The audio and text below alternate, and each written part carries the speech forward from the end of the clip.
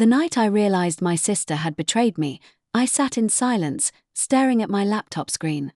There it was, her grand announcement plastered all over social media. A new business. My business. The very idea I had spent months refining, planning, and dreaming about, stolen and paraded as her own. I scrolled through the comments, my chest tightening with every congratulatory message.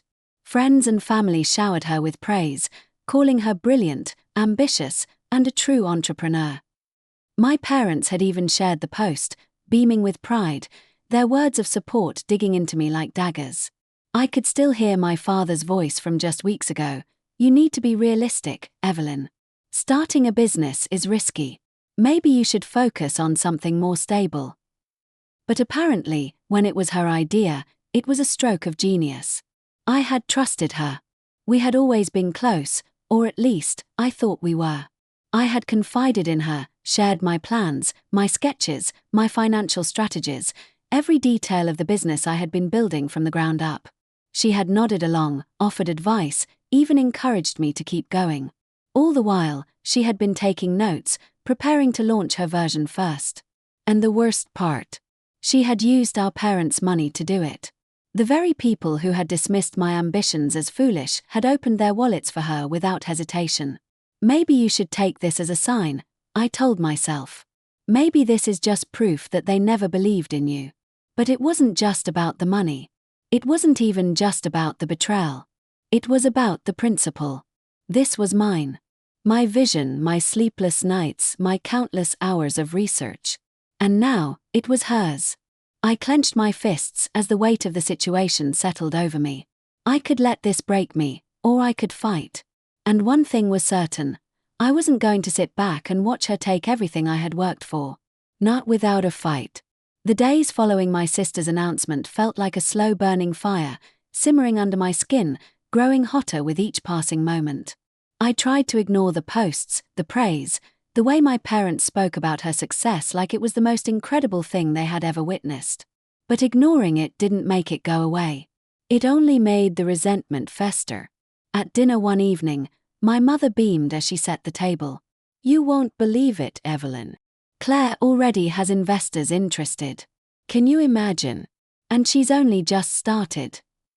I forced a tight-lipped smile, my grip tightening around the fork in my hand. Really? I said, trying to keep my voice even. That's impressive.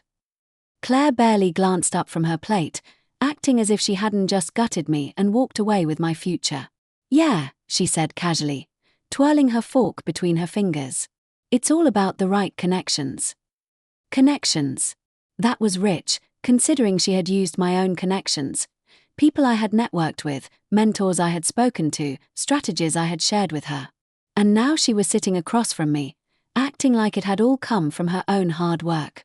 My father chuckled, nodding in approval. She's got a sharp mind for business. We always knew she'd do something great. I swallowed the bitterness rising in my throat. And what about me? I wanted to ask. Did you ever think I could do something great? But I knew better than to say it. Complaining would only make me sound petty, jealous. No one would believe me anyway. Claire had always been the golden child, the one who could do no wrong. If I accused her of stealing my idea, they'd dismiss it as sibling rivalry, a misunderstanding at best. I had to be smart about this. Later that night, I locked myself in my room, staring at my laptop screen, the cursor blinking in an empty search bar. What do you do when someone steals your business idea? The results were bleak. Unless I had filed for a patent or had hard evidence of my original work, I had nothing. It would be my word against hers. A message popped up on my phone. It was from David, my best friend and the only person who knew the full story. David, have you seen her website? It's literally everything you told me about. Same branding style, same product concept. I clicked on the link he sent, and my stomach churned. It wasn't just inspired by my idea. It was identical. Even the tagline was eerily close to what I had written in my notes. I saw it. I don't know what to do. David, you can't let her get away with this. She's getting all the attention, but you did the work. You have to do something. Do something. The words echoed in my mind. I had always been the type to avoid confrontation, to take the high road, but this wasn't just some minor slight. This was my future, my dream, and she had ripped it from me without hesitation. I needed to talk to her. The next morning, I found Claire in the kitchen, sipping coffee like she didn't have a care in the world. "We need to talk," I said, arms crossed. She raised an eyebrow. "About?" I exhaled sharply. "You know exactly what about. The business. My business. The one I told you about in detail, the one you somehow magically launched before I could." She leaned against the counter, a smirk tugging at the corner of her lips. "Oh, that," she said lightly. "Evelyn, you're acting like you had some sort of exclusive claim over an idea. Business doesn't work like that." My nails dug into my palms. "I trusted you. I shared everything with you. And you took it." She sighed, setting her mug down with a clink. "Look, Evie, I didn't steal anything. I took inspiration. And I executed. That's the difference between us. You spend all your time planning, and I actually do things." Her words hit me like a slap. "You really believe that?" She shrugged. "It's not personal. It's just business." Just business. Like it was nothing. Like my months of hard work, my vision, my passion, it was all just an afterthought to her. I shook my head. "You don't get it," I said, my voice low. "You may have taken my idea, but you'll never have what I have." She rolled her eyes. "And what's that?" I met her gaze, my anger hardening into something colder, sharper. "The ability to create. You had to steal because you don't have your own vision. But I do. And trust me, Claire, I'm not done." I turned on my heel and walked away, my heart pounding. I didn't know exactly what my next step was, but I knew one thing: I wasn't going to let her win. If she wanted a fight, she was going to get one. The anger didn't fade. If anything, it sharpened into something more dangerous: determination. Claire had taken my idea and made it her own, but that didn't mean she had one. I refused to be a footnote in her success story. For the next few days, I threw myself into work, dissecting every aspect of her launch. I scoured her website, analyzed her marketing, even attended one of her online webinars under a fake name. It was surreal, watching her talk about my business model, presenting it as if she had spent months perfecting it herself. David called me one evening, his voice thick with frustration. "She's getting so much traction, Evelyn. Investors are reaching out. She's got press coverage now. You have to act fast." I ran a hand through my hair, staring at the notes scattered across my desk. "I know. I need to be smart about this." "Then what's the plan?" That was the question, wasn't it? I had no legal claim over the idea, at least, nothing that would hold up in court. But I had something more valuable: knowledge. Claire may have stolen the what, but she didn't understand the why behind it. She had the blueprint, but not the foundation. "I'm going to beat her at her own game," I said. David hesitated. "How?" I leaned forward, my mind racing. "By doing it better." Claire's success was built on stolen work, but I still had something she didn't: innovation. She could replicate my plans, but she couldn't replicate me. I spent the next week refining my approach. If Claire wanted to play dirty, I had to be strategic. I reworked my branding, refined my product, and found ways to improve what I had originally designed. Claire had rushed to launch, desperate to be first, but that had made her sloppy. She had overlooked critical aspects, details I knew would make a difference. The next challenge was funding. I couldn't rely on our parents like she had. I needed resources, fast. David came through with a contact, a private investor who was interested in emerging startups. I set up a meeting and pitched my vision with everything I had. By the time I was done, the investor sat back, impressed. "You have something here," he said. "Your sister's company might have the spotlight now, but I see a stronger foundation in your approach. You're thinking long-term, and that's what matters." He didn't promise a fortune, but he agreed to provide seed funding. It was just enough to get started, and that was all I needed. With the money secured, I moved fast. I built a sleek, compelling website, refined my messaging, and crafted a launch campaign that emphasized originality and quality. I wasn't just offering a product, I was offering a story, one that people could believe in. But I needed to hit Claire where it hurt most: her credibility. I took a risk, reaching out to a journalist who had covered her launch. I told them everything, providing timestamps, early drafts, and messages proving I had the idea first. It wasn't an outright accusation, but it was enough to plant a seed of doubt. The article dropped a week later. It wasn't explosive, but it was enough to make people question.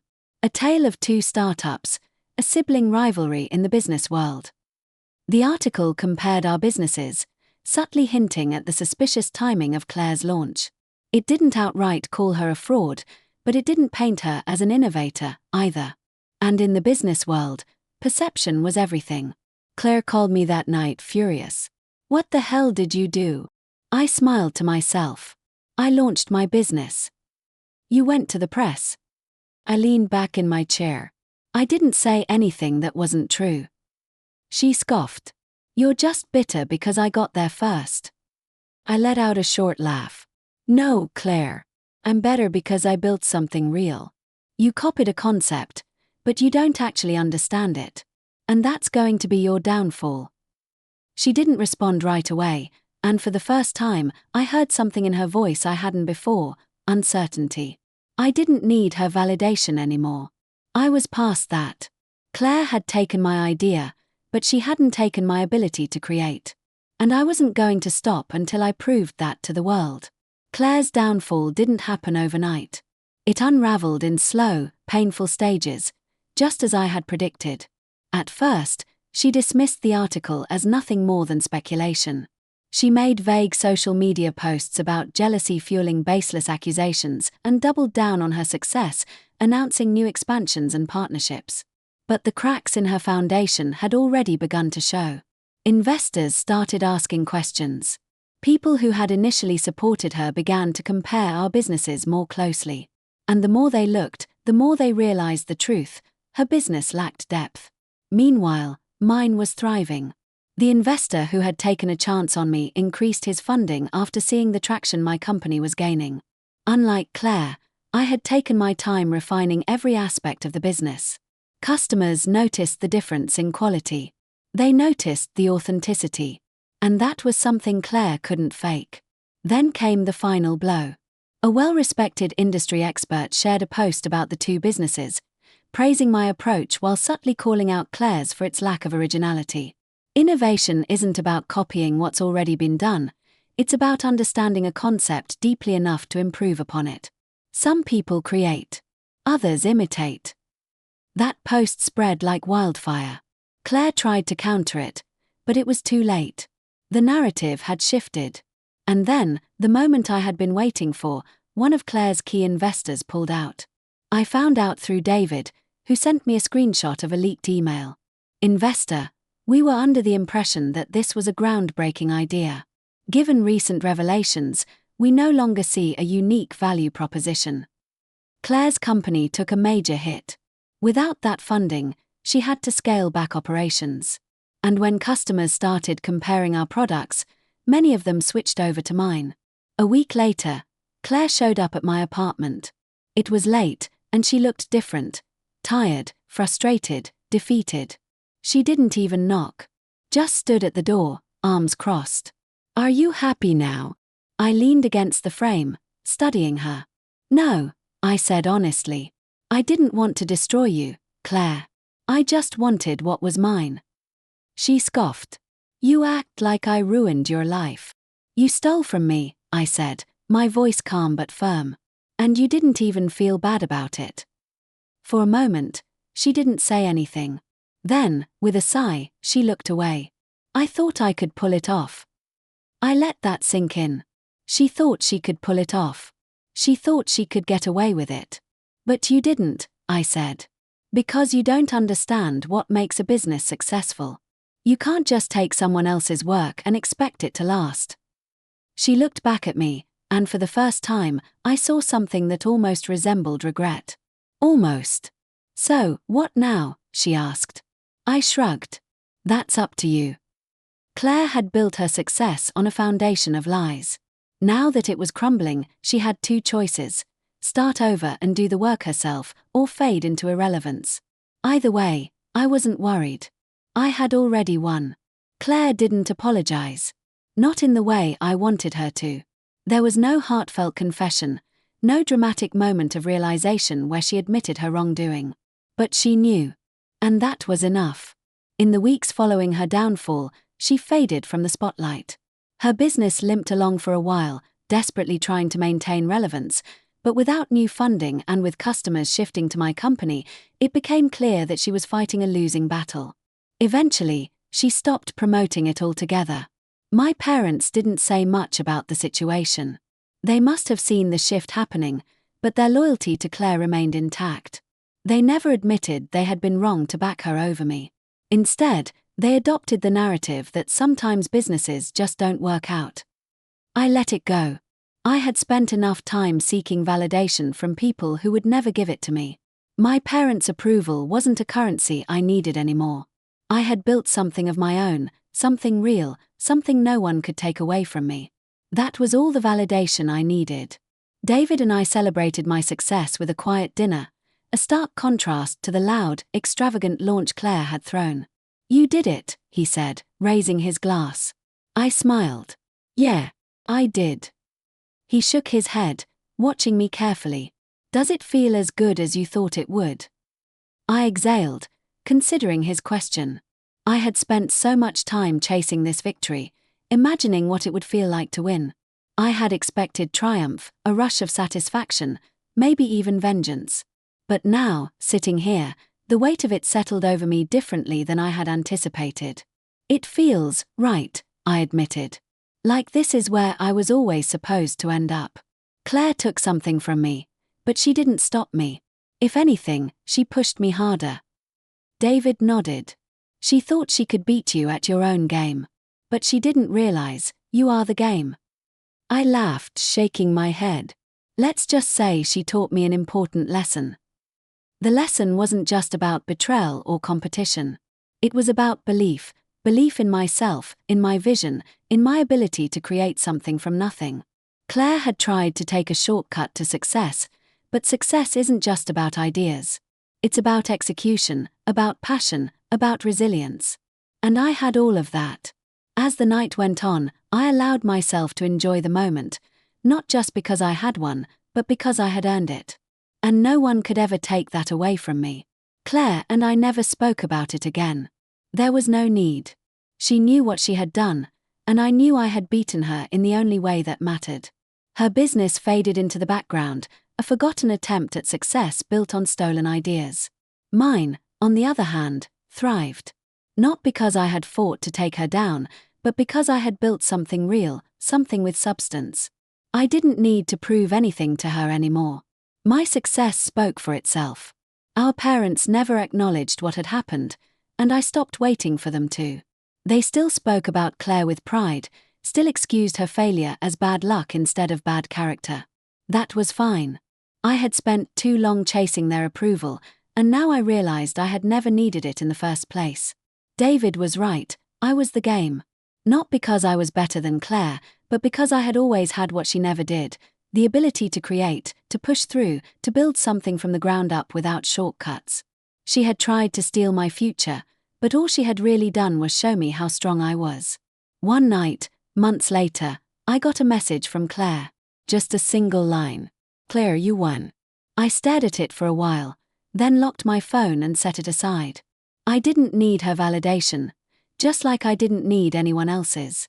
I had always been enough. I had always been capable. I had always been the person who could make things happen. And now, the world knew it too.